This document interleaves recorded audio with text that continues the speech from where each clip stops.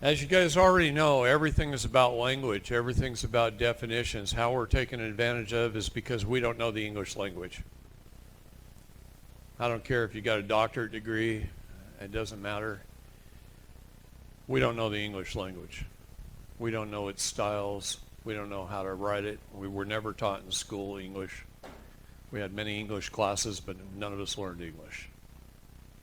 And that's the problem. And our courts are formed on the basis of Latin. Oh, holy Moses. I forgot already. Yeah, come on. Come on. Hurry up before I get completely started.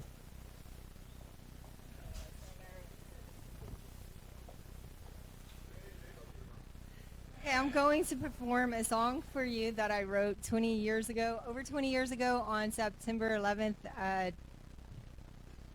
2001. After I watched the World Trade Centers come down, the song came to me, and I rapped it for Bobby Lawrence a month or two ago, and he liked it so much that he had me perform it for David and Bonnie at a dinner one night, and Bonnie loved it so much that she had me perform it the next day at the Johnson County seminar. I need water. Please. He's got it. Thank you.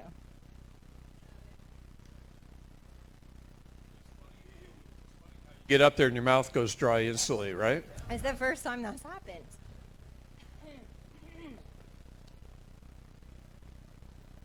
Anyway, so David, Bonnie, Bobby, and some people like the song. It applies to what we're going through today. It was kind of a prophetic song. So I just wanted to perform it for you, and I hope you can understand it is rap.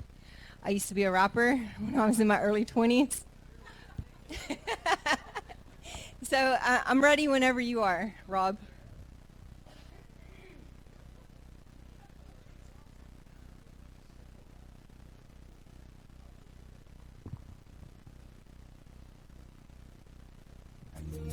A series of deliberate and deadly terrorist acts. The victims were airplanes, were in their offices, secretaries, businessmen and women, military and federal workers. All my life searching for that perfect destiny, but I'm starting to believe that it wasn't meant for me. Can't you see that we're cursed? Ain't no future on this earth. Hate, pain, evil, and greed. Children starving cause they stuck in poverty. And funded World War III. It's a damn shame what this world's come to be. Tomorrow holds no promise to you or me. Only thing that's promised to our seeds is a lifelong hell of pain and misery. But I keep my head to the sky and my eyes on the prize, even though I wanna die. I fall to my knees with tears in my eyes, cause I can't understand the evil man's plan. Tell me, Lord, why he keep taking land and money out my hands with high tax demands. You gotta show me a sign. I scream your name through my rhymes to let the world know that we in the end of times. I'm so stuck in this game, got me going. Yeah, hey, here we go. Come on. Yeah. Come on. Y'all clap your hands like this. Come on, put your hands together. Woo!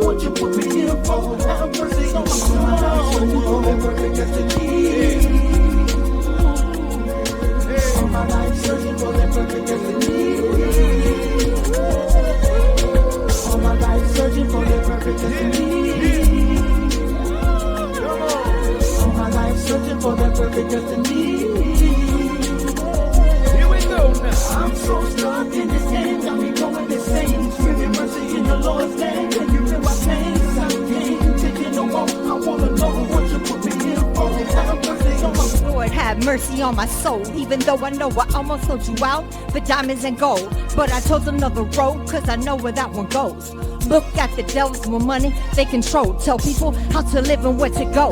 I'm seeing your prophecies unfold in the truth being told as you scold the world with your fury, spreading like a plague overseas. Killing through the air, people breathe.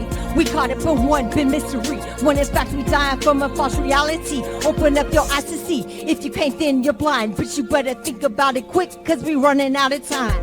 I'm so stuck in this game, got me going insane. Screaming mercy in the Lord's name. If you feel my pain, I can't take it no more. I wanna know what you put me here for. Have mercy on my soul. I'm so stuck in this game, got me going insane. Screaming mercy in the Lord's name. If you feel my pain, I can't take it no more. I wanna know what you put me here for. Have mercy. It's kinda crazy in the last days. Babies born with AIDS. You seldom hear about people dying from old age. All my homies that are locked in the cage went away for years. I can't even cry, no more tears. This what life has in store for me. How can I ever find ecstasy? Living hell through life's misery. So much pain got me going insane. Searching for that perfect destiny. Destiny. Oh, it's so hard living this life. Oh, each and every day. Don't wonder why I'd rather die than to continue living this way. I'm so stuck in this game, I'm going insane. Yeah, thank you so much. Y'all give it up for Katie. Come on now. Y'all can do better than that.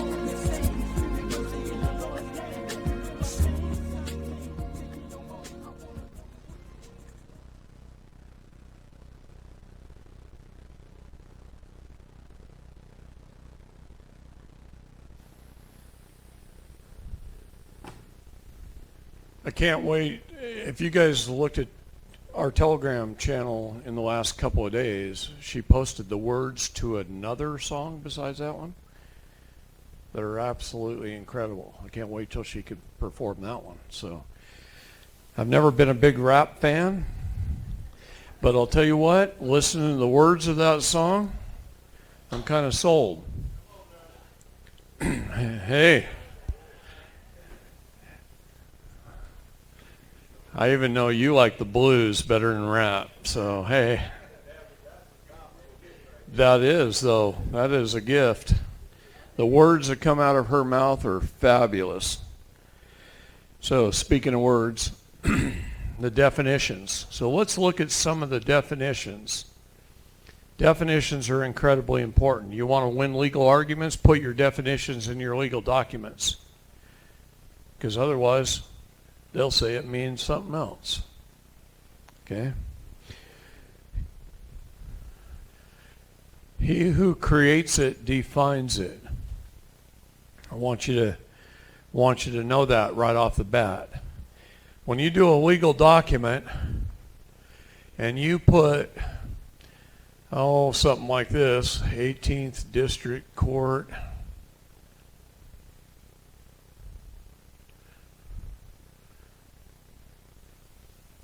and if that is the top of your document, who owns it?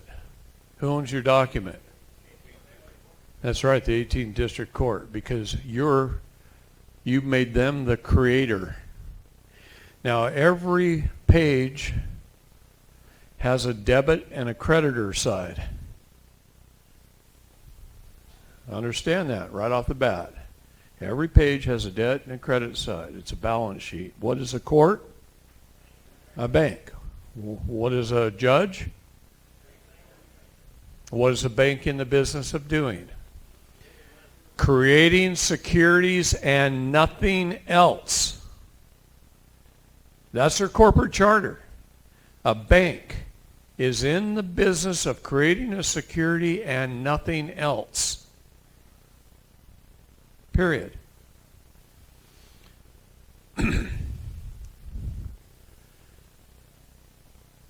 From the desk of David Lester Stray, however I write my name, address, phone number. That all goes right up there on the creditor side of the document at the top of the page. And you can do it in a little bit smaller typeface. unless you're in federal court. Don't do it in a smaller typeface in federal court. Then the name of the court. Okay, that's going to make a big difference when you start becoming the creator of your documents. I put, a lot of times, created by.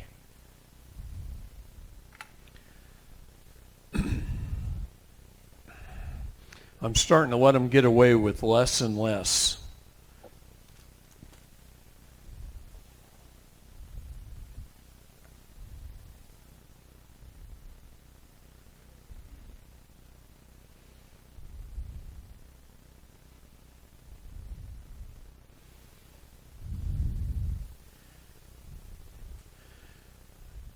This one says, and this is one I just sent off to the court last week, from the desk of the Honorable King David Lester Straight. The Son of the Most High God, the King of Kings, Yahweh, created as a flesh and blood soul-possessing being, known on this earth as David Lester Straight, private business address of 203 South, and I put my address. Okay? And that's what they're going to get from now on. See, it's very, very important. Let's look at the definition of a person. In 26 USC section 6671B and 26 USC section 7343, make the United States Code your friend. Is it the most important written law? Not even close. Not even close. The United States Code really isn't law. What did I say it was just now? Code. What does the federal government do if the federal government comes to your house and arrests you? What are they filing charges under? The United States Code. So if you don't know it, you don't know the fact that it is written for you to hold them accountable, not them to hold you accountable. So it's very important. It is not law. It is code. And it applies to anyone that works for that corporation.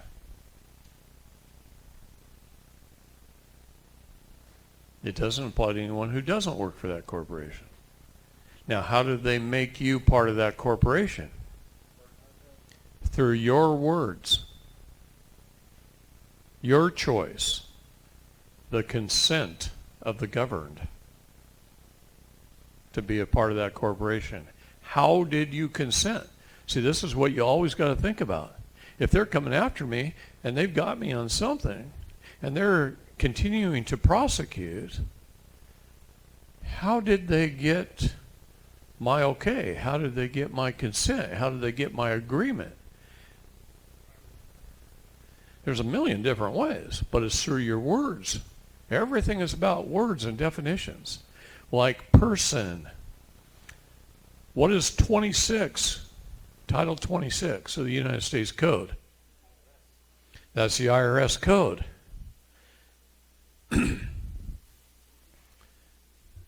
You're a debtor as a person. What does the Bible say about the word person? Job 32, 21 and 22 says, be the man and not the person. Don't put flattering titles of person upon a man, for if you do, it's a sin and it'll surely take you away.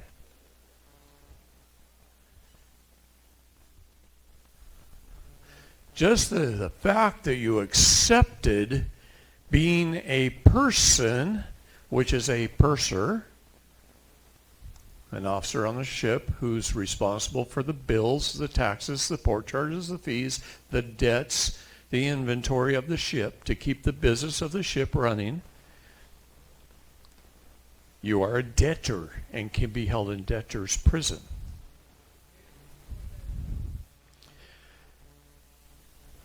You know what I just did when I said it? Is I went back to the original Hebrew Bible. If you read it in the King James Version, you're going to get one or two little words out of there that I did not say. Okay, and if you looked at the NIV, you're really screwed up. On and on and on. It depends on the Bible you look at and what you know is right and wrong. That's why I'd never say that I'm quoting the Bible. Because which Bible? You see?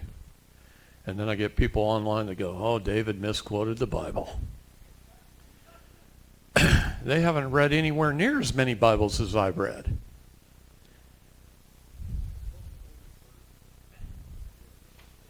Well, let's go back in time a little bit. You got the King James Version, 1611. You got the Geneva Bible in 1590.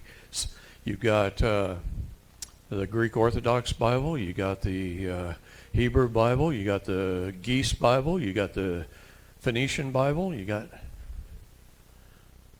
Well, what are they? They're the books written in different languages, the history. A Bible is just a history book of what took place and revealed through God and prophets. Okay?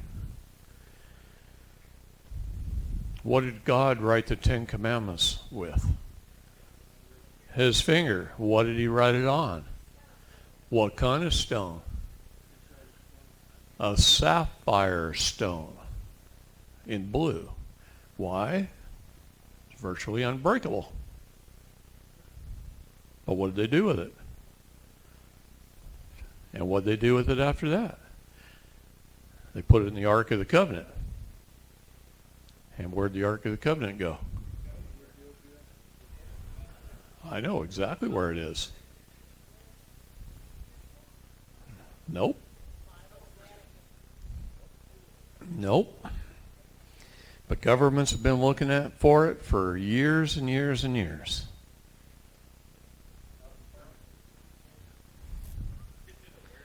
Nope. All right. Okay, listen to the definition of a person. All of whom are officers or employees of a federal corporation and not natural beings.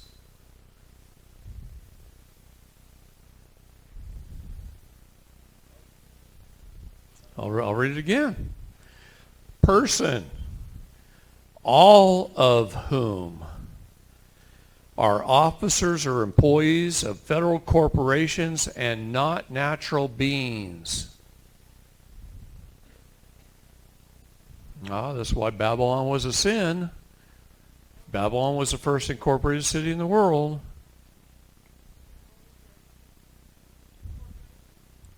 All federal corporations. All corporations are federal. You start a corporation. You go register with the Secretary of State's office. The Secretary of State's office is registered under the state of, which is registered under the federal of, which is registered under the White House Office, Inc., which is registered under the District of Columbia, which is registered under the City of London, which is registered under the Crown, Inc., which is registered under the Vatican. Pope Benedict, right at the end, he dissolved the Vatican's relationship with any corporation in America, in the world. Dissolved them. So what happened? The Crown picked it up. They're the next in line. The Crown was dissolved June the 1st of 2019. It went to the City of London. The City of London was dissolved when? Right at the end of President Trump's term. They announced it on the news. Then who did it revert to? The District of Columbia.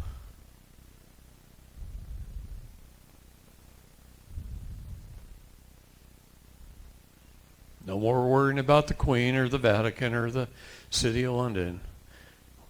or the Crown. All you got to do is worry about the District of Columbia right now. And the District of Columbia holds all corporations in the world under the military arm. Understand that. Okay? Individual, 26 CFR, section 1.1441-1C3. Got that? Individual, which is defined as an alien or a non-resident alien. What is an American state national? In the federal government, we are non-resident aliens. We're non-residents. That term resident is a bad one. How many times you check mark boxes? I'm a resident. I live on residential property. That's a bad word. But see, you didn't know the English language. It's not your fault. Learn it and move on. Correct it. Correct your error. All right? Let's look at the word taxpayer. 26 U.S.C. section 7701 A14 and 26 U.S.C. section 1313 is defined as, this is a person engaged in the trade, business, franchise, and therefore a public office within the U.S. government.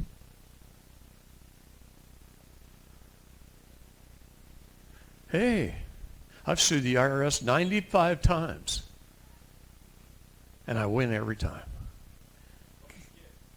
Because I don't well, I'd never have to pay taxes. That's how much I get. And some years I've made over $1 million a year. So your tax liability is pretty high. So that's how much I got. Okay? I'm about to. Taxpayer. This is a person. Well, first of all, I don't meet the definition of a person. I've already read to you what that definition is, right? I don't meet the definition of a taxpayer. And I don't hold public office. They've got to prove that.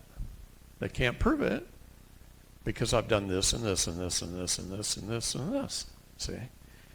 This is how you beat them. You beat them at their own game with their own definitions out of their own codes. And it's simple. Because they got to follow that crap. I don't. A taxpayer is a person engaged in trade, business, or franchise, and therefore a public office within the U.S. government.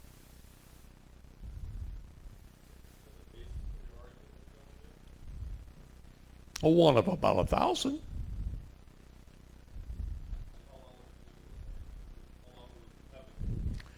First time I ever got sued by the IRS was 1991. And I beat them within about, well, my last time I bought it, I beat them within an hour and 56 minutes. And I recorded every minute of it. And it was fun. I had a good time. I literally stood in front of a 3-panel auditors. 3 auditors. Just like I was in a courtroom, walked up to a podium, had to present everything in front of 3 judges. Tax court. An hour and 56 minutes. They said, we have 24 hours to give you your decision. Are you finished? I said, yes. I leave. As I'm walking out the door, they said, we'll call you within 24 hours. Exactly 23 hours and 50 minutes later, my phone rang. They said, David, your balance is now 0. I said, give that to me in writing. I'll be over there in 20 minutes to pick up the sheet.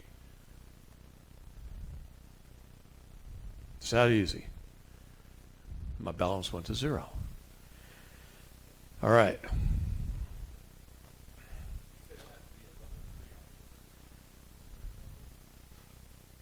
Yeah. Citizen.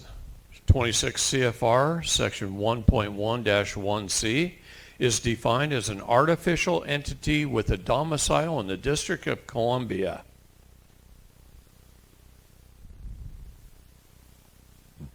Lots of court cases that show that too, guys.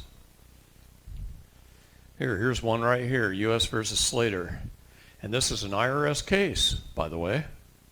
And it says, unless the defendant can prove he is not a citizen of the United States, it's written in a negative, the IRS has the right to inquire and determine a tax liability. So it's written in the negative.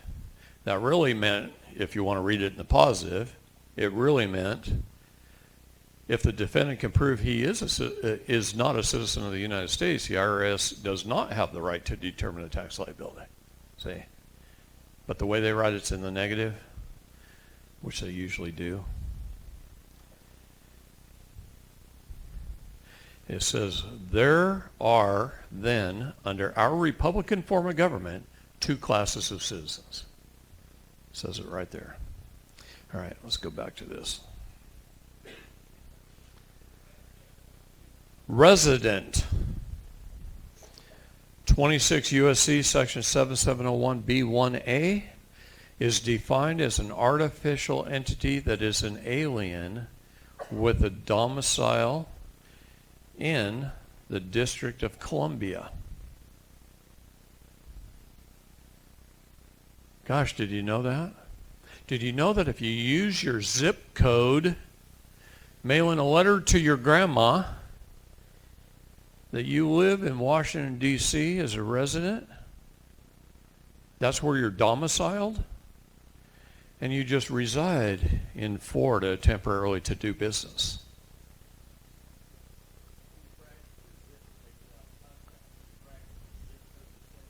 I always bracket the zip codes.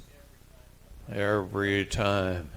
You use them, and you have just given your consent to be ruled upon. Did you hear what I said? If you use your zip code the way they want you to use your zip code, you have given your consent to be ruled upon.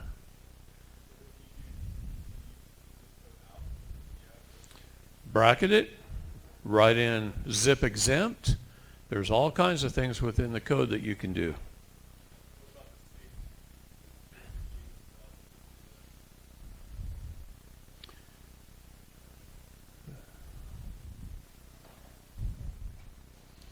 I want you to look this up on Google, okay? Type in all caps, state abbreviations, Texas, Florida, so on, okay? Now,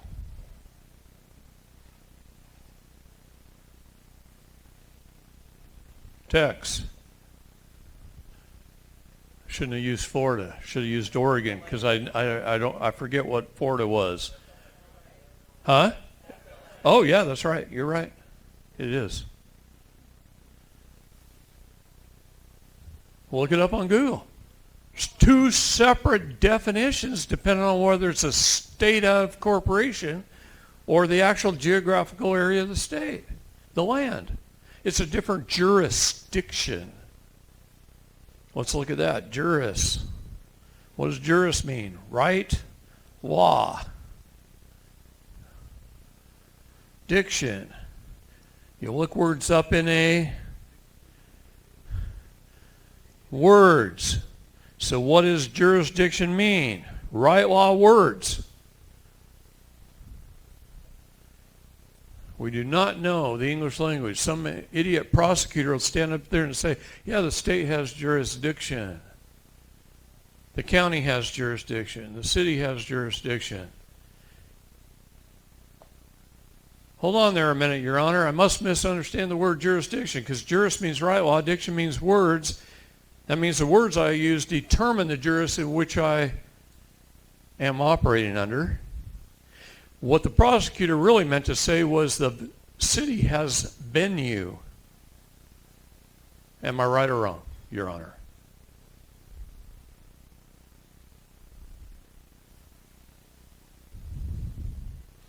You better clarify that stuff. All right. Now here's where it gets good. Let's go back to resident for a minute. I'm going to read you the whole thing instead of just half. A resident is defined as an artificial entity that is an alien with a domicile in the District of Columbia and no part of any state of the Union.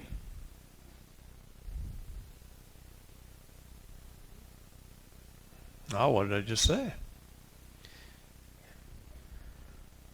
A resident is defined as an artificial entity that is an alien with a domicile in the District of Columbia. Look in 26 U.S.C. Section 7701, A9 and A10, and no part of any state of the Union. What is an employee? Gosh, the IRS has a tough time. If you don't meet the definition of a person, you don't meet the definition of a taxpayer, you don't meet the definition of a resident, you don't meet the definition of an employee, and your job, they don't meet the definition of a withholding agent, which means they're stealing money out of your paycheck. Things start to get really fun.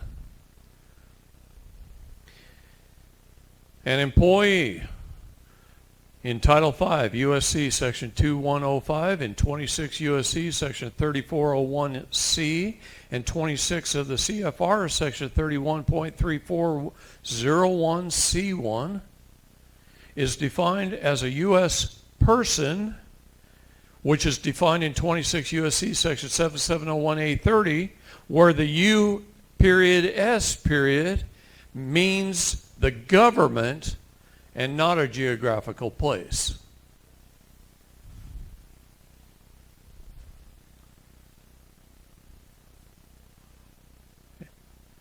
Only employees work for the government. Do you work for the government? Do you work for a corporation? Do you work for Burger King?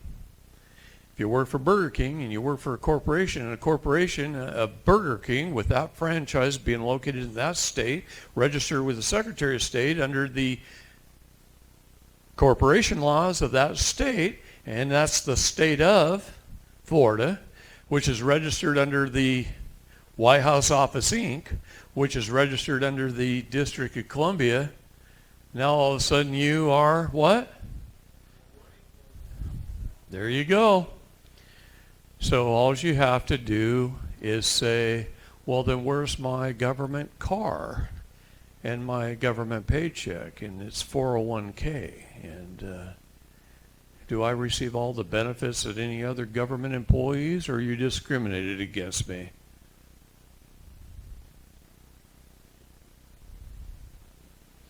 I'll tell you about a court case that happened in Oregon, in the area that I came from. It was an older lady. She's driving into town. She's about a half a mile from town, from a gas station, and she runs out of gas. She pulls her car over the side of the road. She decides to walk into town. She leaves her car sitting there. The police came along, found an abandoned car, called a tow truck, had it towed. She comes back, gets a ride back from someone with a can of gas, and her car is gone. She has them take her back into town. She starts making inquiries, calls the police, thinking her car's been stolen off the side of the highway. Found out the police had impounded it.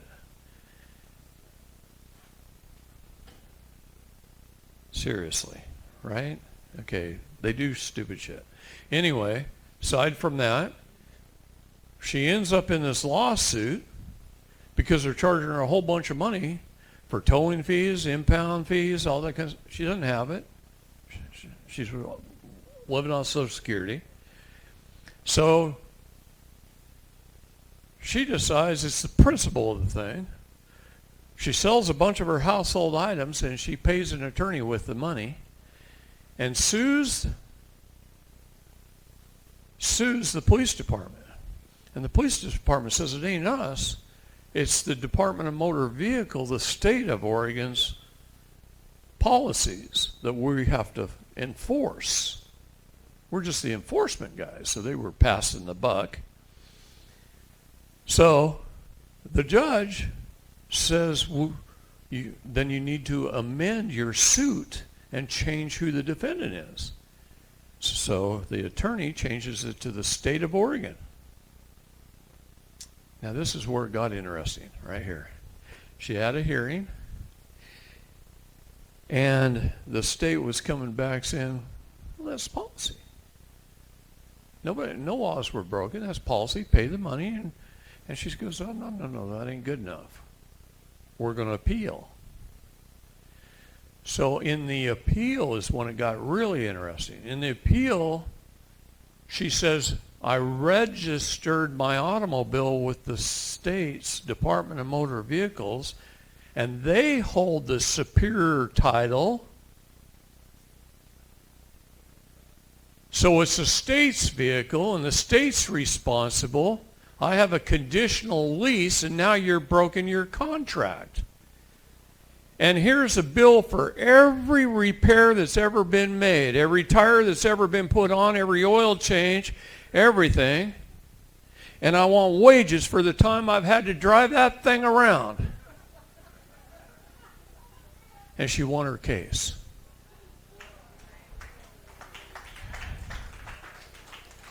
Because she proved the state had the superior title.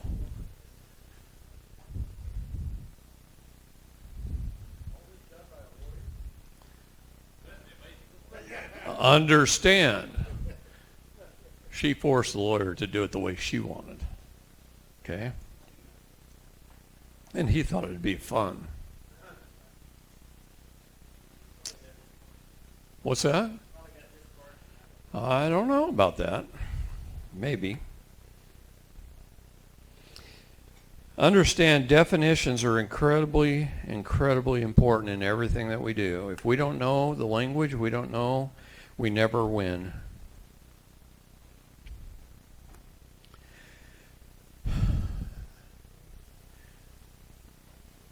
This is important, guys. And thank you for whoever brought that up to my attention. All right. Parts of a lawful contract. This is something I just do because it's so important. I'm going to go through it fairly fast. You can get this on our Telegram channels. You can get it on the websites. You can get it by ordering a drive. I mean, there's all kinds of ways to acquire this now. It's out there. It's there for free. It's in the books. If you order it, it's something you should use to teach everyone. It's that important. Teach your kids, your grandkids. That's what we're here for. We're here to learn so we can pass the information on. All right? Parts of a lawful contract. Number one, how many parts are there to a contract? Lawyers like to say there's 3. They used to say there was 4. Now they say there's 3. What's that? There's 8 parts to a contract, and they're very important. The parties to a contract should be competent, being of the age of consent, of sound mind, not disqualified from contracting by any law to which he or she is subject. A flaw in capacity may be due to minority, lunacy, idiocracy, drunkenness, or dissimilarity of kind. The parties should be of the same kind, being either legal fiction actors or natural living men and women. Allowing more than 2 parties is okay, but never a mixture of these kinds and their respective jurisdictions. In other words, a man can only contract with a man. But you have to act as a person to contract with a corporation.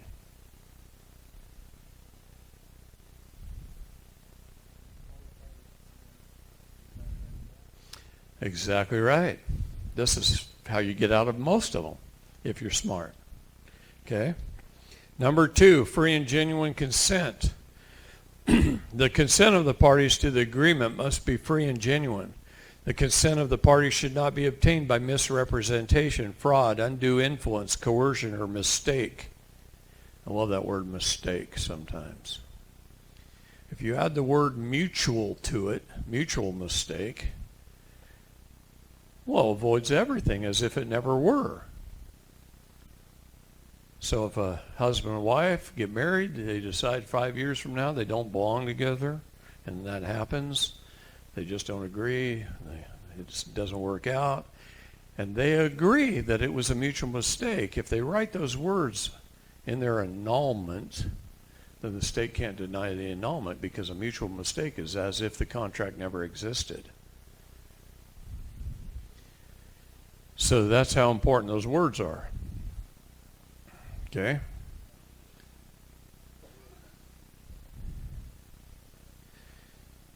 If the consent is obtained by any of these means, then the contract is not valid or legally or lawfully enforceable. Full disclosure. When negotiating a contract, full disclosure is a step of providing all material information or telling the whole truth about any matter which may influence the decision-making of the other party or parties before they decide to enter into a contract. If either party fails to make full disclosure, the contract is null and void. Oh, this is part of the birth certificate thing right there.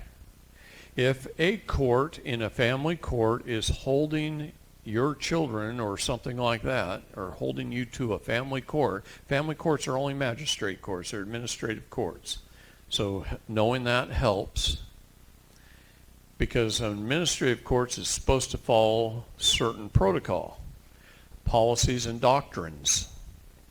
And the doctrine that they follow is called the doctrine of parens patriae and the doctrine of in loco parentis. Okay, parens patriae means the state is the parent. In loco parentis means the parent is the conditional caretaker. Okay? And that's the doctrine they go on. So they believe the state owns the children. And why did they believe that? Because a mother, 9 months pregnant, walks into a foundling hospital. The baby comes out of the water, is tugged through the birth canal, is docked at the dock by the dock tender, where a bill of lading is received. The bill of lading is the birth certificate. The mother signs off as an informant. The legal definition of the word informant is someone who gives someone else up to another, thereby giving title and equity of the child to the state as its vessel, the ship, on the citizenship register through the Department of Human Resources. See? You see how ugly this really gets? Not until after they killed off the baby by taking its soul and its blood, and then sent it home with a tug out to sea, where it's presumed dead and lost at sea until it should return after 7 years and claim its minor estate. Ta-da!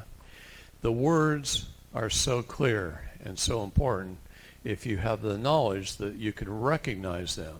You know how many years I carried around a copy of my birth certificate without having the knowledge to recognize the word informant on there and what it meant? Many, many, many years. And there it was, right there in plain sight. They place everything in plain sight, and we don't see it because we don't have the knowledge in order to have the recognition. And it's that simple. Life is literally that simple. This is why the Bible says, for the lack of knowledge, my people will be destroyed. I used to put these seminars on for free at my own expense. It's cost thousands of dollars to rent this building, do all this, all the travel expenses, everything. And I used to pay for it all and let the people come, and I'd get little tiny groups that never did anything with the information. When we started charging and people had a vested interest in their own education, then a lot of them, of a higher percentage, took that information and went and did something good with it. That's the difference. And that made the seminars grow and grow and grow. Our last seminar in Gaylord had over 1,000 people at the Gaylord, Texas resort. Okay?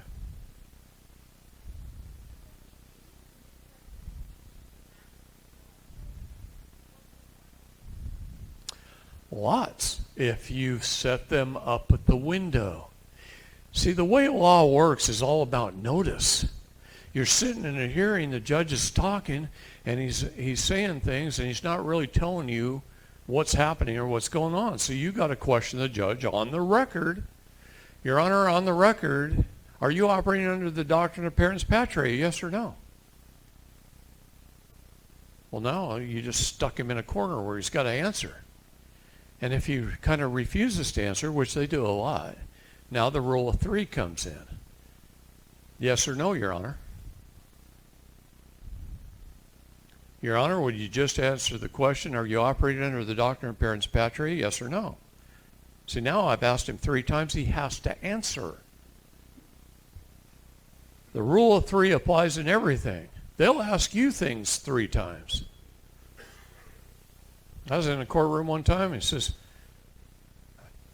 I really think you should have an attorney. Would you like a public attorney? We'll sign one to you. No, right? I highly recommend you take the public defender.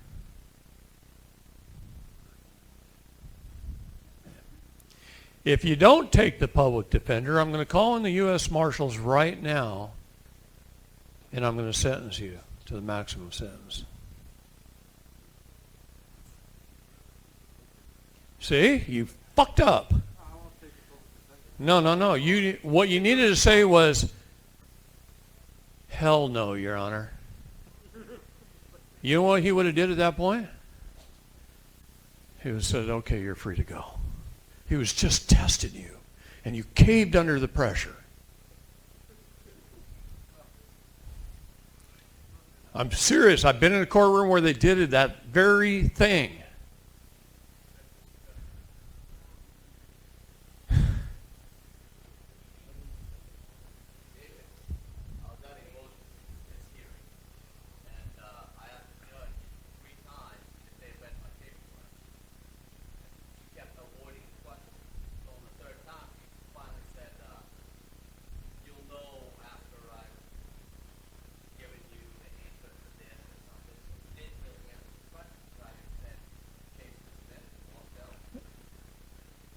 Yes, you failed to give an answer, Your Honor. In that case, I recommend that you dismiss this case with prejudice, and we're done here.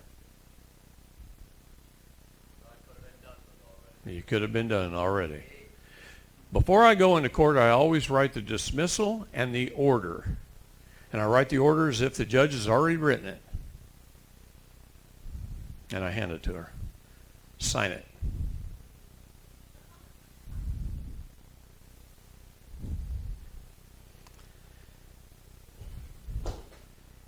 Okay, where was I?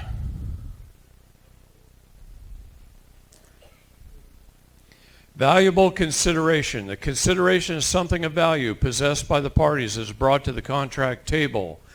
This something of value is bargained for and given in exchange for a promise or a performance. The parties must each receive a benefit and each suffer a detriment to be enforceable. A contract must have valuable consideration. A contract is unenforceable if it has insufficient or unequal consideration without an agreement. Number 5, certainty of terms. The terms and conditions of the contract must be fully disclosed and agreed upon and must be certain and fixed. Any subsequent variation of the terms must be agreed. Number 6 is a meeting of the minds. A meeting of the minds is a consensus ad idem. You know, if you put a little Latin in your cases, it helps a lot. Okay? A meeting of the minds is a consensus ad idem. It occurs between the parties when they recognize each other, understand their mutual obligations, and agree. A meeting of the minds occurs between living men and women in lawful matters in common law jurisdiction and between legal fiction actors in legal matters, which is admiralty maritime jurisdiction. A contract must either be lawful or legal. If one party to a contract makes a signature as an accommodation party to a legal fiction person, while the other party makes an autograph for a living man or woman, the parties are of unequal kinds and the contract is null and void, and that's a place where a lot of patriots mess up. They want to get something done, they have to be in the right juris. You cannot avoid jurisdictions. And God commanded you to take dominion over all three. He never said jump out of the water onto the land with both feet and never go back. He didn't say go directly into the air, into trust law, and never go back. He said take dominion over all three. Now, most of the time you want to operate on the land or in trust. Once you're very, very knowledgeable, in order to defend yourself, you want to be in trust almost all the time. Because the air is above the land, which is above the water. The air is the highest form of law. To be a fiduciary for the benefit of a beneficiary is the highest position you can obtain. That's what God was. See? A lot of these groups out there just want to jump onto the land. And I guarantee if you do that, the wave will come crashing down upon you and you'll drown because you'll be out of air. You see what I'm saying? Be careful. Number 7, autographs or signatures. Lawful written contracts between legal men and women must carry the wedding autographs of the parties, comprising a living identification, such as a thumbprint. When you're operating in the jurisdiction of the land, your color is red. It represents the blood of Christ. Your thumbprint should be on there in red. If you want to remain in that jurisdiction, you autograph in red. Now here's the thing about this. So here's your piece of paper. If you're in the jurisdiction of the trust, you sign in the center of the page in purple. If you're in the jurisdiction of the land, you sign on this side of the paper in red. And you autograph in red. If I'm in trust, I sign in purple and I put my seal. The water is in blue on this side. What does evil do? Put up a mirror. What's that look like in a mirror?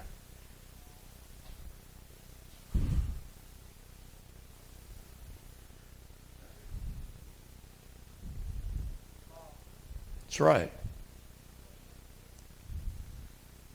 That's why you always should have 4 colors of ink. Black is dead, red is living, it's the blood, purple is air, royalty, air. God says, I am the King of kings. He never said, I'm the King of slaves.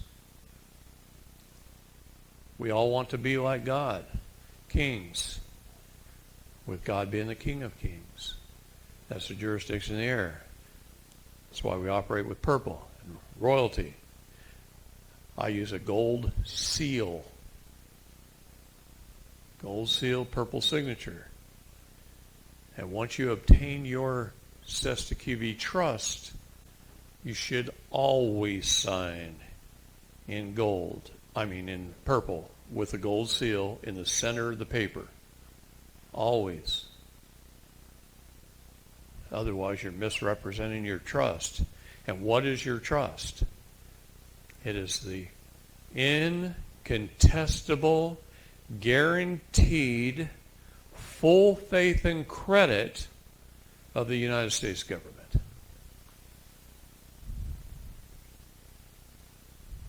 Start misrepresenting your trust and see what happens to you. Just go directly to jail. Do not pass go. Do not collect $200. It's very important. And my favorite, number 8, privity of contract. Privity of contract. What does that mean?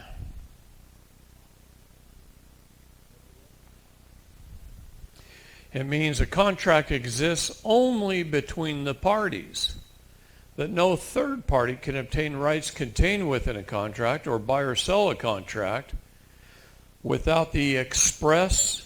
What does the word express mean? Written. The word express means written. Without the express permission of all parties. So, sure. So your phone rings. You answer the phone. Hello, is this Mr. David Strait? Yes, it is. How can I help you? Hi, this is Bob from Professional Credit Services. I just wanted to call and let you know that we have acquired your debt over at St. Charles Medical Center for $2,417.50. How would you like to arrange payments today? Bob, you said your name was Bob, right? Yeah. Okay, Bob. First of all, I don't ever remember receiving from a corporation called Professional Credit Services a letter in the mail asking for my permission to purchase my contract with St. Charles Medical Center. Do you have permission from me with my signature to get involved in that contract? Well, no, but we purchased your contract, and you owe us $2,410.15, or whatever the hell I said earlier. Got to make this fun, right? Anyway, Bob, I just wanted to let you know there's no privity of contract. I want to thank you for this gift at this time. I really needed it. As you know, I was in the hospital, and I've been unable to pay my bill because I've been out of work. I'm planning on going back to work and paying my bill to the hospital, but since you've already purchased it, I want to thank you for this gift at this time. Thank you very much. Have a happy holiday.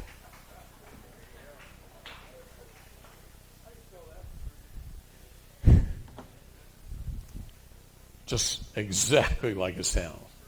Privity. All right. Rescission.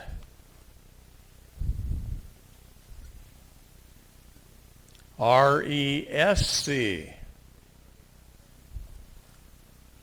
Why? Look up the word rescission. It's spelled different ways. There's two different spellings for the word rescission, and they mean two different things. Rescission. That is the one you want to use, the spelling you want to use. Oh, you go out here, you drive on the street, you get her up to a little speed, a cop puts on through his cruiser, he puts on some blue lights calling you into Admiralty, and he's manufacturing some evidence in order to collect a fee. That's all he's doing, creating a cause of action to manufacture evidence to collect a fee on behalf of the city. He writes you a ticket. He makes you sign a ticket. Now, they don't all do that anymore, but let's just say for this instance they do. Your new name is... Thank you. Your new name at the bottom of the ticket is under... That's my first name. Duress. And that's how I sign my name.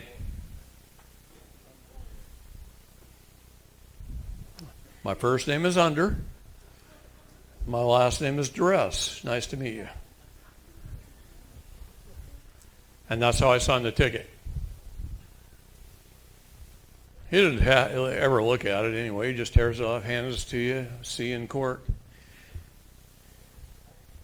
And within 72 hours, 72:30, 15:10, Judgment Day, Write down lipstick on your bathroom mirror until you're haunted by it. That's what I did. Wrote my wife's lipstick on the bathroom mirror until I was saying it in my sleep. 72, 30, 52, Judgment Day. Why? Because that's banking law. And all courts are? All judges are? And that's banking law. Everyone has a 72-hour right of rescission. Take the ticket, red Sharpie and 45-degree angle, write rescission across the ticket. I like to add a few things like your offer to contract is not accepted. Right? You can put Title 18, Section 241 and 242 on there if you like. That kind of scares the crap out of them if they actually look it up and read it. Most of them don't. Remember, most of them are never argue with a guy, a low IQ bullet sponge on the side of the road with a gun. That ain't the place to argue. Stop it. People get hurt when you argue with those people. They're mainly ex-Army. No Army guys in here? Okay. They follow orders. That's all they do. They're trained by the county attorneys usually, or the city attorney, to follow policy. It says policy right on their uniform, and it says it right on their car. Once you realize the word police means policy, you'll be better off. Doesn't say law enforcement. Doesn't have a red light on the top anymore. Understand, they were law enforcement when they had the red light. They're not law enforcement anymore. They're policy enforcement officers. Go ahead.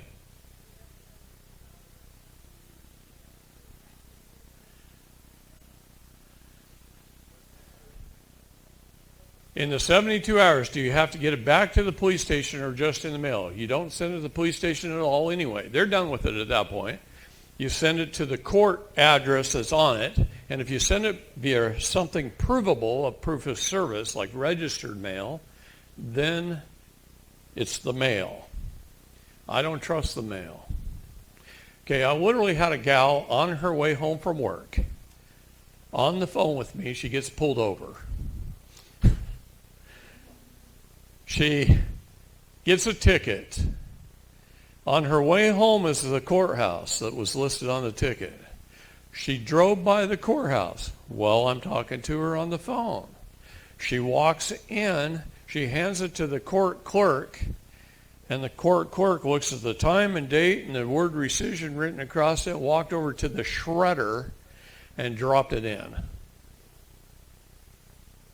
And her ticket was dismissed right there before it even got started. And then she went over and she made notes. Very, very interesting deal. So, this is banking law. You apply for a credit card. It comes in the mail. It says activate here, call this number, or go to this website, or whatever it does, right? But it comes with a terms and conditions sheet, the full terms and conditions, where the application online doesn't always have the full terms and conditions. Okay? So you get the terms and conditions sheet in the mail, and you read the terms and conditions, and if you decide you don't want it, you can rescission it, send it back to them within 72 hours. And the whole contract is just void and it goes away. Now, I'll get to you in just a second.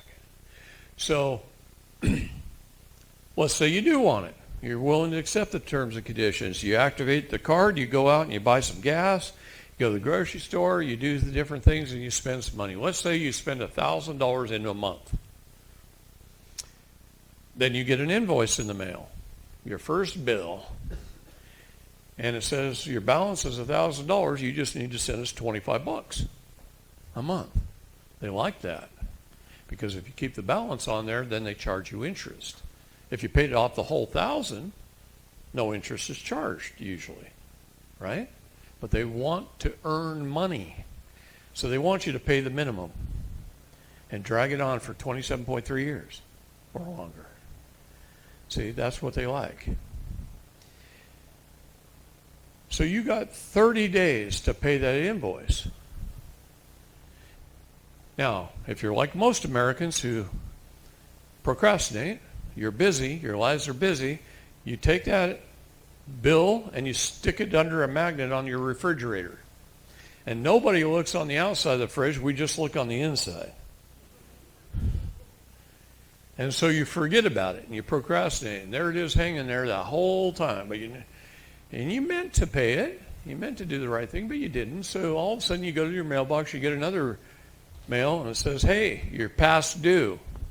This is your second notice. You got 15 days to make your payment. Then your grace period's over. That's your second notice, 15-day notice. Most people, if you procrastinate, you put it right on the top of the old one under the magnet, and you just look on the inside of the refrigerator, not the outside. You meant to do it a day or two from now, but your life's busy, so you forget. So you get something in the mail that says, we're canceling your credit card, you owe the full balance, you got 10 days in which to cure. Don't worry about it. 10 days in which to cure, or we're taking you to collections. It's usually a collection letter, right? 10 days. You forget about it. They can attach your wages, they can file a lien, they can do all manner of collection activity after that point because you acquiesced. You didn't answer, you acquiesced to the contract. So then they take you to court. That's banking law. They're just following administrative procedure in banking law. 72-30-15-10 Judgment Day. Do you know we got to do the same thing to them when we're dealing with their bank? Here's where people screw up. You didn't put them on notice. You didn't give 30 days in which to act. You didn't send them a second notice, give them another 15. You didn't send them a third notice, give them 10. Judgment Day comes around, and you don't know what to do with it. So you lose. Once you know what to do with it, once you follow it and you know what to do it and set them up at the window, let me ask you a question. You go to court, you got a court case between the two of you. You lose. The judge writes an order. What do? Tell me what you would do. I'm going to put you on the spot. You have to pay, right? Well, wait a minute. Did you know the judge's order isn't any good for at least 30 days and then it cures and then it's good?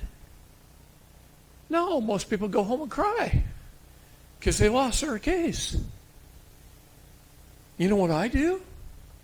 I void the judge's order. I find a way to void it out. Make him re-rule it. Make him modify it. Appeal. That's what the word appeal. That's why you can appeal. The minute a judge rules, you stand up in court and you say, appeal, Your Honor. And you write an appeal and you walk down to the court clerk's office and you say, put this on my case. I'm appealing the judge's order. Maybe it lacked due process. Go ahead.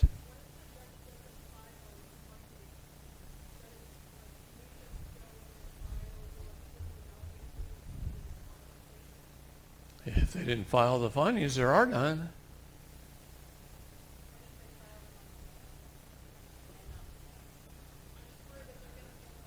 They went down to the county recorder's office where the record of deeds are? The judge did? What kind of case are you talking about? Oh, well, yeah, that's a deeds record case.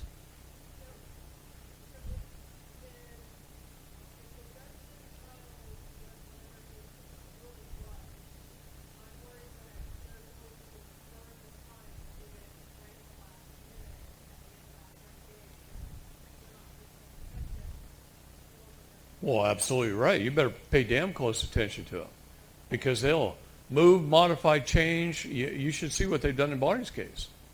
They issued the warrant for her the day after her arrest.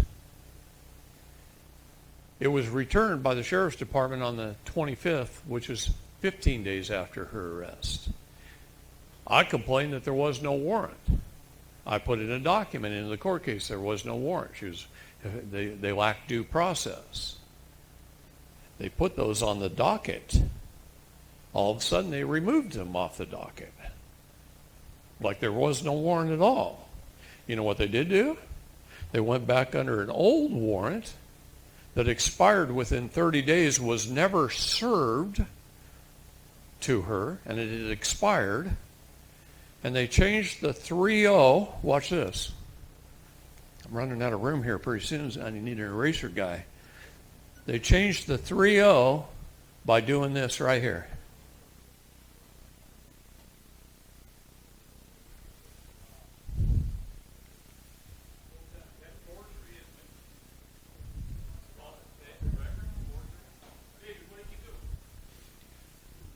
I took a 3-0 and I changed it to 180 by putting a 1 in front of it and closing the 3. And now the warrant that was issued back in January, and she was arrested April 10th, all of a sudden was a good warrant now. So they removed the one they actually issued on the 11th, the day after arrest, because we challenged them that they didn't have one. So they created one the day after. The sheriff returned it back to the court on the 25th, because the court has to hand it to the sheriff. The sheriff returns it on the 25th, saying she was arrested. They put it on the docket that was the warrant. I complained. They removed it off the docket. Then they went back under an old warrant that had never been served back in January, which expired after 30 days, changed it to 180, called it good,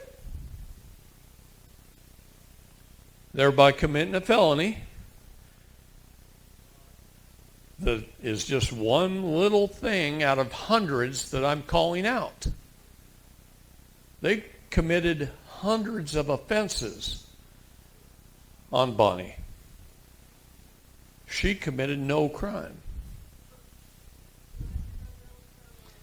A police officer will commit dozens of felonies on the side of a road to get you on a traffic ticket misdemeanor. Sure. Thank you. Huh? Everything but that top's okay. So, rescission of a contract to abrogate, annul, avoid, cancel, to cancel a contract, particularly nullifying a contract by an act of a party. The right of rescission is a right to cancel or rescind a contract upon the occurrence of any default of any contracting party. To declare a contract void in its inception and to put an end to it as if though it never was. Okay, and you can find that in Russell versus Stevens, which is a state of Washington case. You can find it in Abdullah Inc. versus Martin. That's a Minnesota case. You can find it all over the place.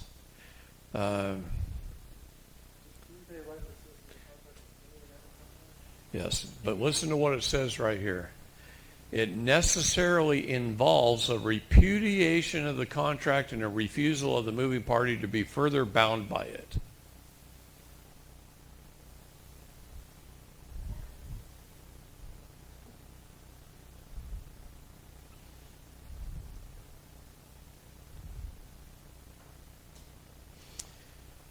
I'm kind of the king of stamps. I used to have hundreds of them. I learned it from my grandma. My grandma was like this bookkeeper, accountant for years and years and years back in the 30s, 40s, and 50s during her career, and she stamped everything, even letters to her grandson. So I like to narrow it down to a few. So I created a few stamps: received, rescission, acceptance, and apostille. And that's it. So I'm going to read you my rescission one. Rescission for the cause of fraud and swindle, for acting in dishonor, and for practicing and pretending under the color of law. And it's date, time, AM, PM, David Lester Strait, the vessel, by a line that says beneficiary and or executor, with a place for my seal. I sign it, I seal it, I send it. Done. Now, borrow this chair for a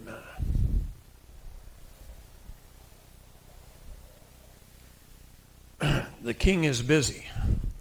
He sits upon his throne. He's running his kingdom. Everything that comes to the king through the mail or whatever is a presentment. Do you understand? Things get presented to the king. I want you to know where I'm going with this. I get a bill in the mail, it's a presentment. I get a letter from the court in the mail, it's a presentment. I get served with a summons, it's a presentment. I don't care what it is. It's a presentment to me. The king only has a few options. He can accept it. He can rescission it. He can apostille it and authorize it for a foreign government. Right? And he can receive it. Now what happens if the king went to Hawaii for a month and a summons to appear came in the mail the day after he left? Doesn't matter. The letters are dated, right? The letters are dated. That's the date the court is going by. The date that they created, the date that they put on their presentment. Unless, here's the key, guys, unless the king, when he comes back, stamps it received and changes the date and time. Now that he's acknowledged the receipt of it with a proper date and time and his proper credentials with his seal, now what did the king just do? He restarted the clock. Do you see how important that can be? It's incredibly important. It's one of the things we as a people need to learn to combat the problems that they're coming after us with. I'm teaching you how you can restart the clock. I'm teaching you that if a judge makes an order, you still got 30 days. The order's not final for 30 days. Do you know countries sign a treaty and they're not final for 90 days? It's 90 days later the treaty goes into effect. Look at our UN treaty that ended World War II. It was signed on September 7th, 1945. When did it go into effect? December 7th, 1945. 4-year anniversary of Pearl Harbor.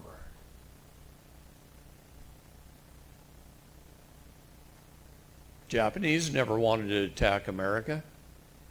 Every general wrote a letter. See, they had a UN meeting, and all of our enemies and all of our allies were United Nations nations. All of them.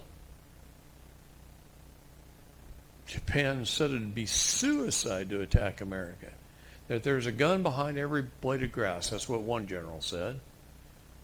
Another one said, if we attack America, we might as well be running a suicide mission. So they named their pilots kamikaze pilots and trained them that it was the end. On and on and on. All their generals wrote letters not wanting to attack America. Why'd they attack America? They drew the short straw. Somebody had to bring us into the war. And the UN picked Japan to do it, knowing it may be total annihilation of their country and their people. And they did it anyway. It wasn't the bombs on Nagasaki and Hiroshima that ended the war. We were still at war with other nations. That just made Japan surrender and back out. And we were still at war. It was the signing of the United Nations Treaty that ended the war.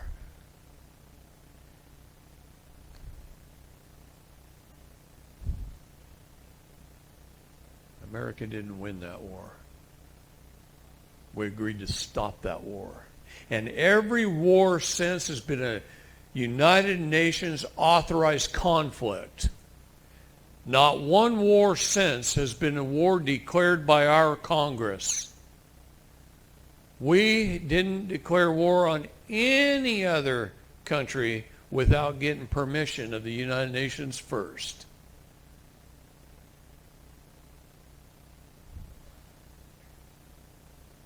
You know what that meant? That meant that we all went to war. Every generation since went to war under false pretenses, under politics. What does the word politic mean? Poly means many. Tick? Well, that's a blood-sucking parasite. I'm not kidding you. It means many blood-sucking parasites.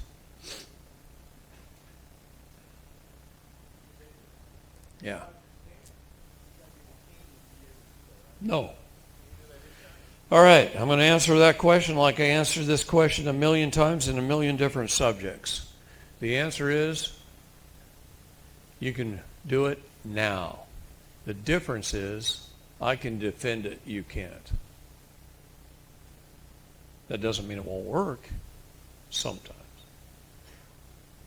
That's the difference. People always ask me, David, can I do that if I'm a U.S. citizen still? I say, sure, but you can't defend it.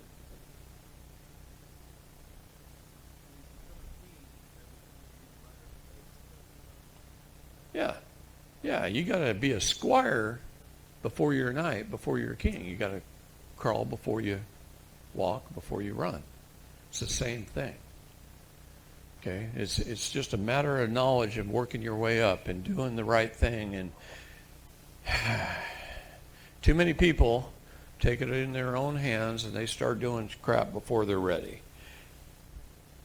I'll give you an example. There's a lady that rewarded me in front of more than 300 people in one of the most beautiful venues I've ever given a seminar in, and she was the host, and rewarded me and Bonnie with this beautiful plaque, brass on marble. It was gorgeous. She had to spend a fortune on it, and she gave it to me at the end of that seminar. She left the seminar building. She drove home, and she did not have the MCO on her vehicle, and she had changed her plates and done a few other things. She was pushing the cart up the hill, not doing things in the proper manner and order, and she got in trouble, and her car got impounded on the way home. It cost her $1,100 and some to get it out, on and on and on, and then all of a sudden she started attacking me. Literally the day after, give me an award. Started attacking me. Just because she did the wrong thing.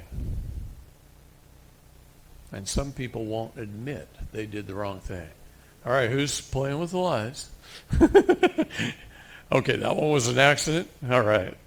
Was it you last time? No. Okay. Yeah, kind of funny.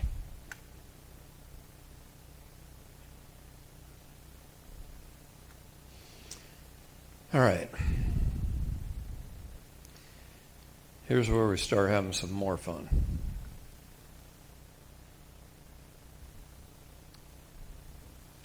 See if I can get this covered real quick.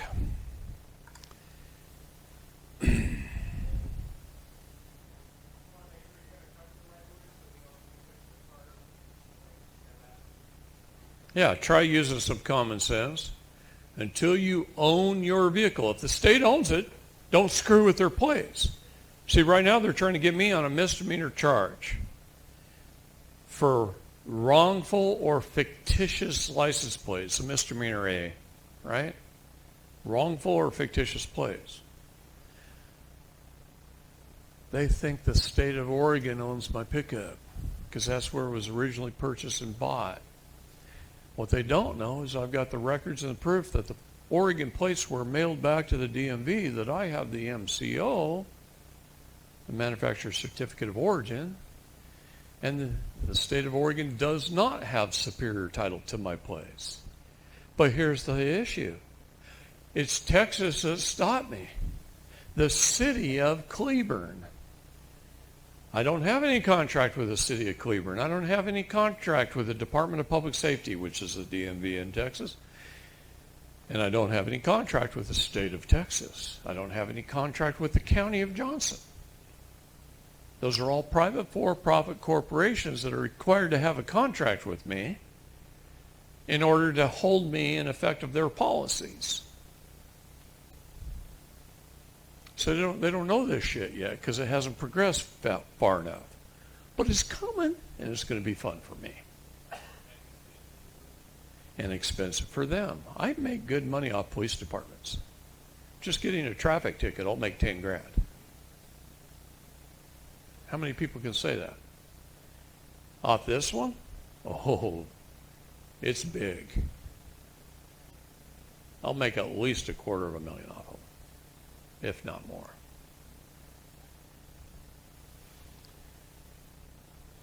And it's not going to be hard for me to prove these things. So it's coming. No, it's okay. That was great.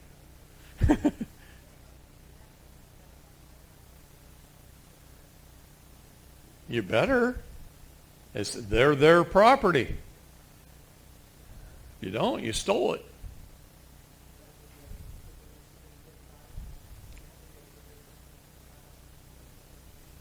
Put it in an affidavit and send it to them. They have to. You're transferring it out of commercial use into private. Get an affidavit, right? Give them a copy of the MCO. Stamp the word copy all over it. Do it in black and white so there's no red numbers on it. Put copy on it. Send it to them with the affidavit. With the plates. Put it all in a nice, pretty, registered mail envelope. Serve it upon them. Okay? Now, you've canceled their contract. Come on up, Tony. Have I had you up here yet? Okay, now's a good time. This right here is a certified copy of my Lexus MCO. You still got that thing? It's not in the shop anymore? Yeah. No. I'm teasing him. Oh. Thank Sorry you for about reminding me yeah, on that. This is my Lexus that I have, one of my vehicles. It's MCO. This is a copy of. It's an MSO, Statement of Origin. So I show the front and the back. It hasn't been signed. You never want to sign it, of course, because you terminate the contract. You terminate this piece of paper. You abandon property is what they call it. Or they also stamp surrendered on it as well. So this is what it looks like. And then I got my copy down here. It's a certified copy. It's a stamp that I made. It has all three jurisdictions because it has blue, red, and blue and red together make purple. And I made that myself, which stamps the date. This is the one on my pickup that I was in when they stopped me. So they get a copy of this. The original's in my safe. See? And I carry a copy just like this in the vehicle.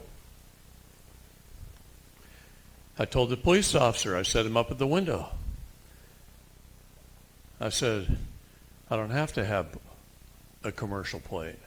I'm not operating in commerce. I'm not hauling passengers for hire. I'm not following the Texas Transportation Code. Texas Transportation Code 502.003. Says a subdivision can't license a non-commercial vehicle. I said court cases of Brooks versus State, Hassel versus State, Callis versus State, all say there's no such thing known to Texas law as a driver's license, and I have the MCO to my vehicle. He goes, what's an MCO? I said, a failure to train is a cause of action in federal court, and obviously you have had a failure to train. So I realize it's not your fault, because if you don't know what an MCO is, you don't know what a superior title is, because I own this vehicle. I have the superior title. No state holds superior title over this vehicle like they do yours at home.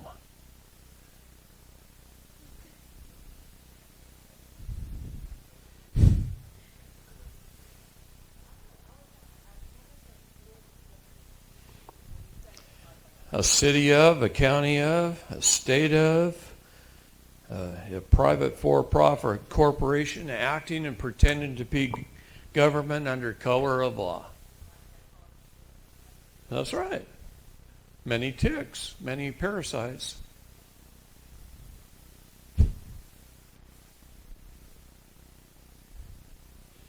Many parasites playing politics under policy.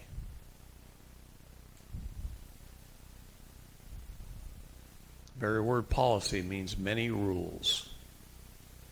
Okay? It's kind of fun when you know the English language a little bit. I don't even know it well enough.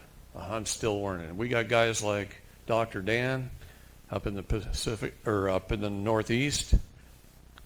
Got a doctorate degree from Oxford. Looks every word up. That guy can write.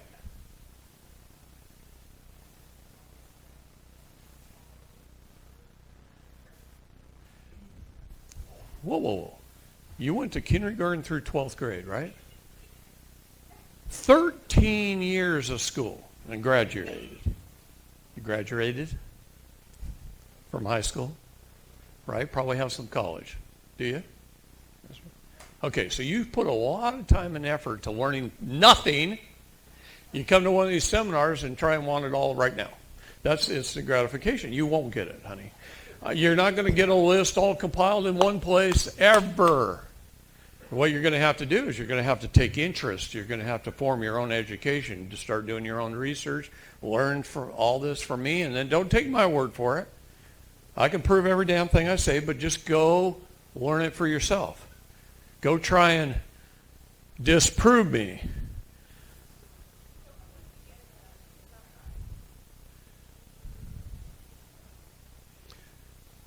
I'll tell you what the reason I came up with a thumb drive anyway. The thumb drive is pretty basic. It's got some basic documents, so you learn how to write a legal document. It's got the steps to follow. It's got the documents you use, like in the Freedom Bundle, to record, to change your status.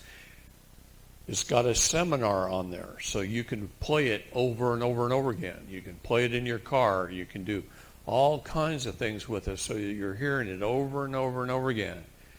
It was really designed by me so that you can take it, hand it to a neighbor and say, hey, go listen to this guy.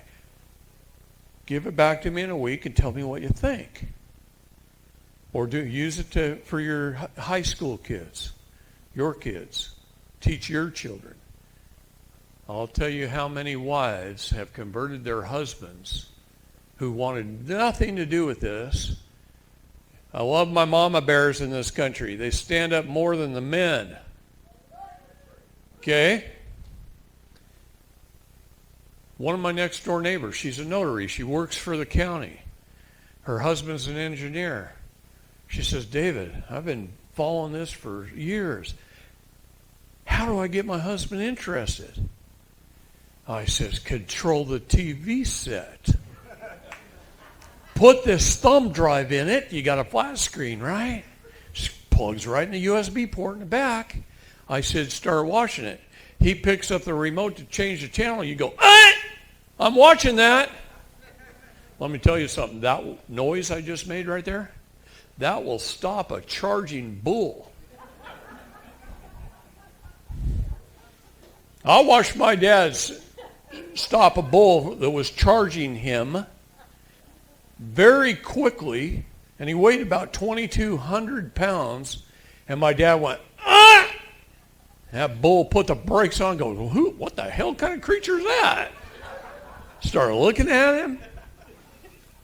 I've stopped junkyard dogs with that. I've stopped stallions, horses, that were trying to fight each other, and I was in the way. Yeah.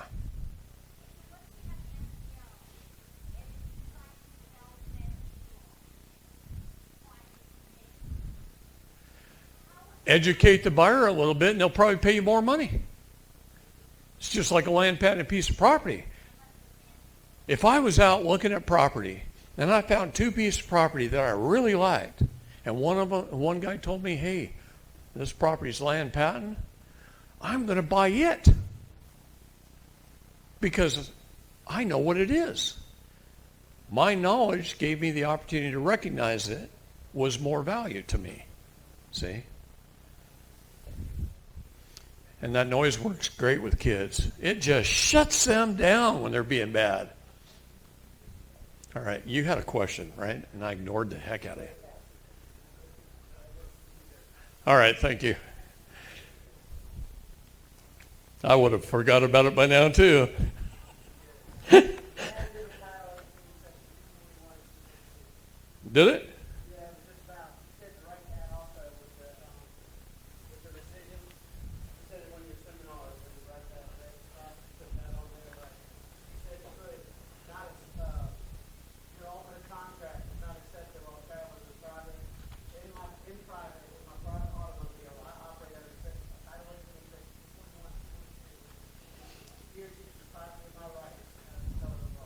Yeah, you are operated under Title 18, Section 241 and 242.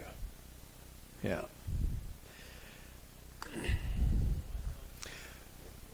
I got it. Yeah. Yeah, that's a great way of doing it right there. Okay? Works just fine.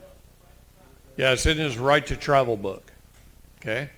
It's got Marbury versus Madison on that side. That's a great court case. All right. One of the neat things I did several years ago, and I don't even know if they've still got it on their website because I haven't looked. Has anybody looked recently on the Department of Justice's website for the PDF files of Title 241 and 242? Okay. You did a search? Well, under Biden, who knows what the hell they're doing. So, and Blinky, right? Blinky and Biden. What do you got? I can't hear you. If you have an MCO title, do you still have to pay insurance? Thank you so much for asking that question. Let me tell you, I'll go back to that. Let me tell you how important that question just was. All right? I'm going to pick on him for a minute. It's a dark, rainy night. The rain's coming down so hard I can't hardly see through the windshield. Like yesterday morning. Man, it was bad. And let's just say it's a dark night and he's dressed in dark clothing, and I come up to a crosswalk and I'm around the corner and I didn't realize he stepped off the curb. I didn't see him, and I ran over the man's foot. What is my responsibility? My responsibility is stop, help him, make sure he's okay, call 911, get an ambulance over to him, and let him know that as soon as you're healed, I want you to know something. Any lost wages, any medical costs, anything that has occurred to you, I'm going to make sure you're repaid that 3 times over. And I'm going to take care of you. And I'm going to help you sue me. We're going to go into partnership right now. Is that agreed upon? And then he and I are going to walk into court together. I'm going to bring in my trust into equity, and I'm going to show the judge, make him a partner, and I'm here to restore this man, and I'm going to give that judge my authorization to take the money out of my trust and restore this man and make him whole. And that's my responsibility. And then he's fine. We're best friends. We shake hands, wish him well, and we depart. You think I needed State Farm?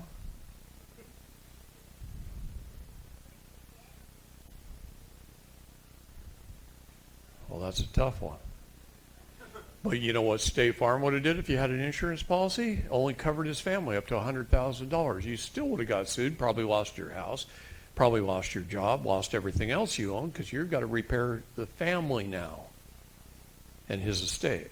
State Farm didn't cover that, because you probably had a 100, 300, 100 policy. I know I used to own an insurance company, so did my wife. And that's probably all you have. In fact, the minimum amount of insurance that's required in most states is $40,000 or $50,000 of coverage. That doesn't even cover the Rolls Royce in the parking lot, much less killing somebody. Accidents happen. Our job is to restore them. The Bible says if I run over a sheep with my chariot, I'm to give the man 4 sheep. You understand, right? This is the beauty of being the king and having your trust. What the hell do I need State Farm for? If I don't have enough cash in my safe to cover it, then I just take myself to court with him. We'll both be the plaintiffs.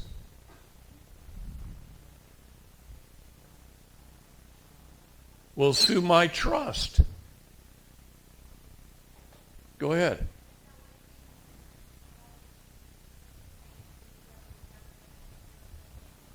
Absolutely. Absolutely. Just came out of the king's coffers.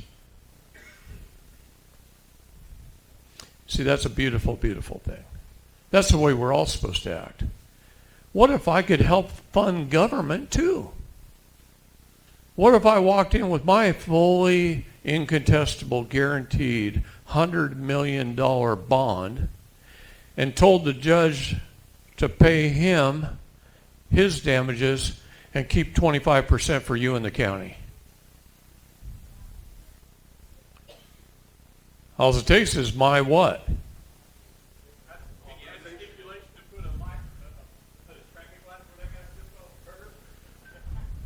Do whatever you want. You create the order. You say what the remedy is. If you want a new light there, require the county, your public servant, to go put one in. Here's the cash. Take it out of my trust. Do you realize we have the complete ability? Bonnie alone could fund Johnson County for the next decade, and they refused it. I handed them an offer. I gave them a promissory note for $100 million and handed them an offer on the full faith and credit bond of the United States of America. And they refused it. Do you know they committed a felony when they refused it? And the State Department might just send the U.S. Marshals over there and arrest them all by the time I'm done. That's an incontestable, fully guaranteed, full faith and credit of the United States bond that cannot be contested. There's no contest. Do it, Your Honor. Where's the contest? Where is it? It's incontestable. They didn't even know how to use it.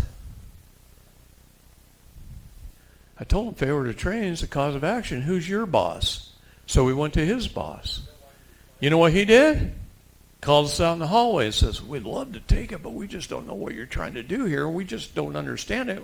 And we don't have anybody. And we've had people working on it for 3 weeks, and we can't figure out how to use it.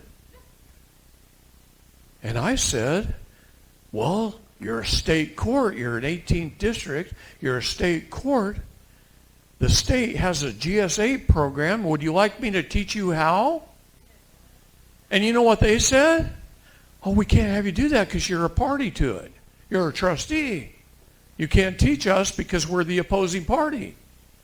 We've got to... Well, what the hell? I'm willing to give you the information and show you which forms to fill out. They're your damn forms. It's your GSA program. The federal court will buy the GSAs from the, and you go through the Department of Fiscal Services, and I can tell you the standard forms they're going to use on the computer. And then you don't even know how that works. They're that stupid because no one has walked into that courtroom during their entire 40-year career there and ever used that system. They're too used to just railroading everybody. They never expected somebody to walk up and give them $100 million freaking dollars and we'll take half and you get half.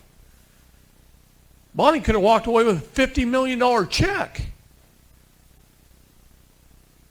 And they could have kept $50 million and funded the county for the next decade. You see what I mean? This is how dumb they are. Even the Bible tells you your only remedy is to go into equity. Over and over and over again. There's no remedy in a state court but a tort claim, and the statutes tell you that. That means you've got to go on the offense and sue the opposing party, or there's no remedy. If you're always playing defense, you're going to lose. The best you can hope for is they don't score a point. If you're playing defense, show me one game, football, basketball, chess, I don't care. Show me one game that you can play where you can win that game playing defense only. No, you can't. You can't. You will never score a point playing defense only. I'm telling you, it's not going to happen. Okay, let's take a 15-minute potty break. On that comment. I was just having fun. You stopped the whole thing. Sorry, let's go potty. Hurry up, y'all. Come back in 15 minutes so we can have some more fun.